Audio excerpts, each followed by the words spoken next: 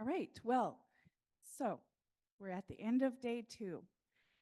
This session's called Bringing It All Together, and we are going to be using our workbooks for the last 2 sessions, and it's the last 2 modules of the workbook.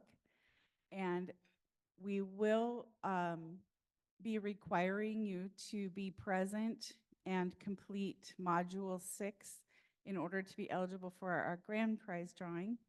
And we will announce that tomorrow at the lunch celebration. So please make sure that you are here for that. You will get a special ticket for that. So if you're here and present and complete Module 6, you will get an extra or a special ticket just for the grand prize drawing. An extra bonus for sticking around. I'd like to let Heather introduce this session, and she's going to be leading us through Module 5.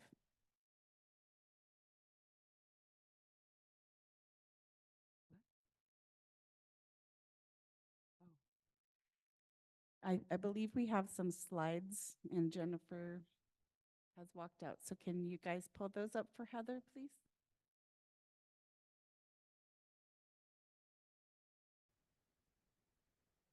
All right.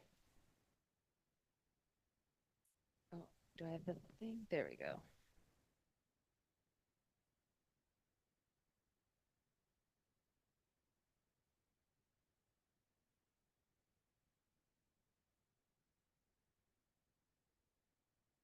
Okay. Are we good? Thank you. All right. As we are getting lower in numbers and getting tired, I wanted to have a little bit of a thought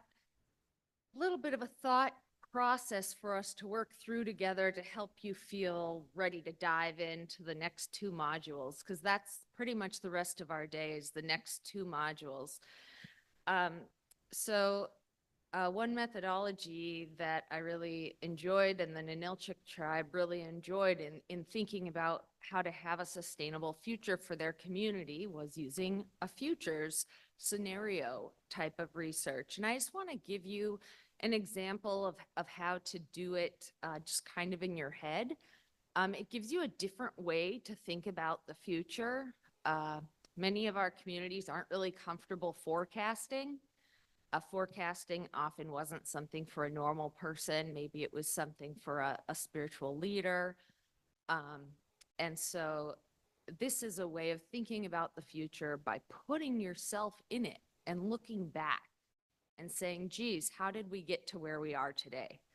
And so it really lets you look around and see what you have. We're going to do a 20-year future, so 2044. What does your community look like in 2044? What does your environment look like in 2044? And looking around at what you see, what did you do to get there?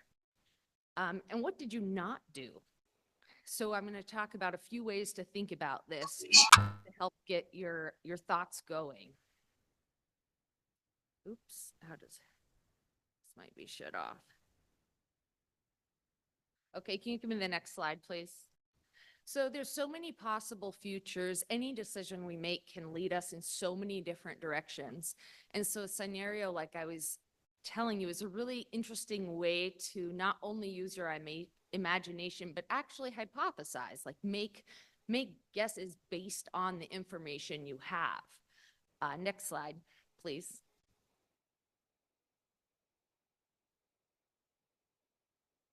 So there's so many ways that as Indigenous people, we talk about well-being.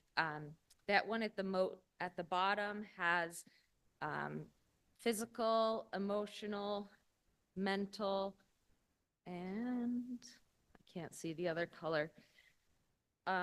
It probably has spiritual. Yes, it has spiritual, and that's kind of a traditional type wellness model you see a lot in the lower 48. The model with the spider web is the Noah Begay Foundation developed, looking at all the different things that bring a community well-being, with the environment and our relationship to the land being a central part to that. Next slide, please. So one other thing I want you to think about when you think about whether it's the EPA talking about the EPA's future or whether it's a tribe talking about the tribe's future is where are you in stages of readiness? Oftentimes we develop these work plans and these scopes that are super ambitious, and we might be more in the space of doing a readiness assessment. And so I just want you to kind of think in your mind as you're thinking about this future, where is the community in stages of readiness? Are people aware of what the issue is? Are we in the planning process? And are you ready to actually initiate and take those next steps in your community? And it's okay to vision a future in 2044 that has all these things. And, maybe you get there over the 20 years. Maybe it takes 5 years of pre-planning. That's not a concern. It's just important to think about, especially when you're writing grants and thinking of these scopes and how you're going to move forward to achieve the goals that you've been writing about in these booklets. Next slide, please. So the exercise, like I said, we're going to be in 2044. I've had people who are in their 90s be like, well, I'm not going to be in 2044.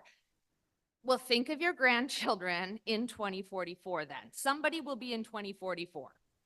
And what you're going to do is you're going to backcast from 2044 and look about how you got there. So you're already in it. Look around you. This is 2044. What does that look like whether it's your community, your family, your job, whatever visioning you're going to look at. And then you backcast about how you got there. And the cool thing we're going to do is 3 different ways of thinking. I'm just going to present them all to you. Usually I would do a slow process and you would try each one, but kind of think as we go. So there's 3 futures we're going to vision. Remember, I told you there's countless ones, and you all know that. But we're going to vision 3 futures that are actually humanly possible in real life. So they're not utopia perfections, and they're not like a nuclear bomb on the planet. They're actually real things with real people. So when we talk about the optimistic future, that's going to be like if you had 100 futures, that's going to be number 90. So really positive, really great. Then we're going to talk about a pessimistic future, number 10 on a scale of 1 to 100. So things go pretty bad in the community. It's really key, or at your job, it's really key to pay attention to what might have made us go in that direction, or what weren't we doing that we needed to do that led us down this path. And these are those things that help you identify, what are the grants you want to go after? What are the self-determining steps that you need to take as a community or tribe? Or what as at a job, when you're working on strategic planning for your work team, what does the next 10 years look like? And then the last future we do is a most likely future. So if you think things just keep going the way they are, nothing amazing happens, nothing terrible, that would be the 3rd future. Let's go to the next slide. So the optimistic future, it's number 90 on a scale of 1 to 100, as if everything went well, but not perfect.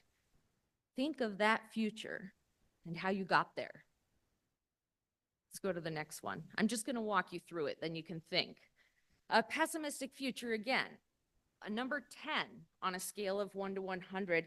Pretty much most things go badly. So when I did this with Nunilchik, they're a coastal community that's facing pretty massive erosion. So one of the things I heard over and over again was that the erosion under the school got so extreme that the school went over the edge. So that's a pretty negative thing that actually could very likely happen to that community with the increased ocean storms against that coast. Let's go to the next slide, please. The most likely future, like I said, is not on your scale. But now that you've thought of a very positive future and a very negative future, you should kind of be able to orient yourself in a most likely direction where you might go. Next slide, please. So one of the key things, the reasons I want you to talk about both the optimistic and that negative pessimistic future is because you want to see what about the pessimistic future do you need to make sure you avoid? What about that most likely future do you need to make sure you surpass?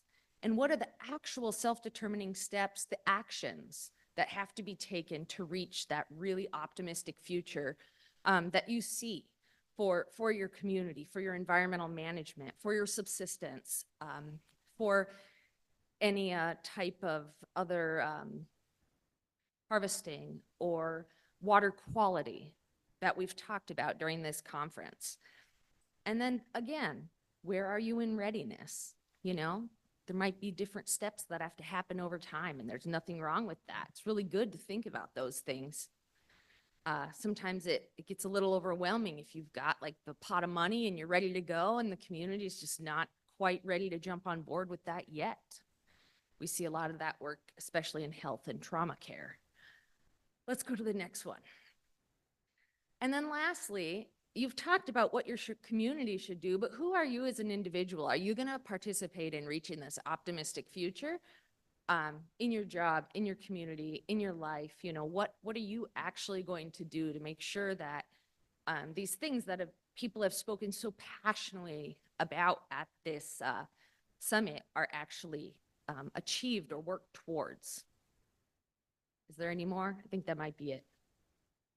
Okay, well, I leave you to start section 5, which is building off of section 4, which was your mapping of yourself. And it's now determining what are some of the goals you're going to set.